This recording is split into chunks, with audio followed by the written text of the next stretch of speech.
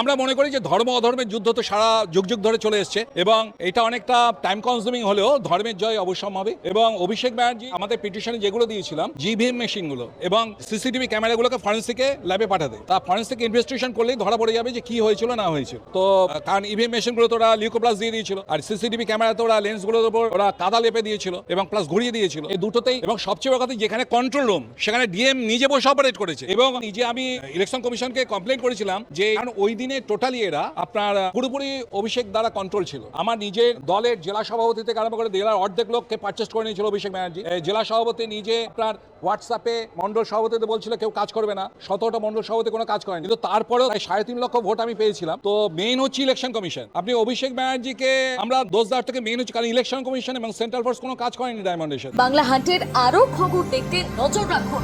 বাংলা খবর মানেই বাংলা হান্ট।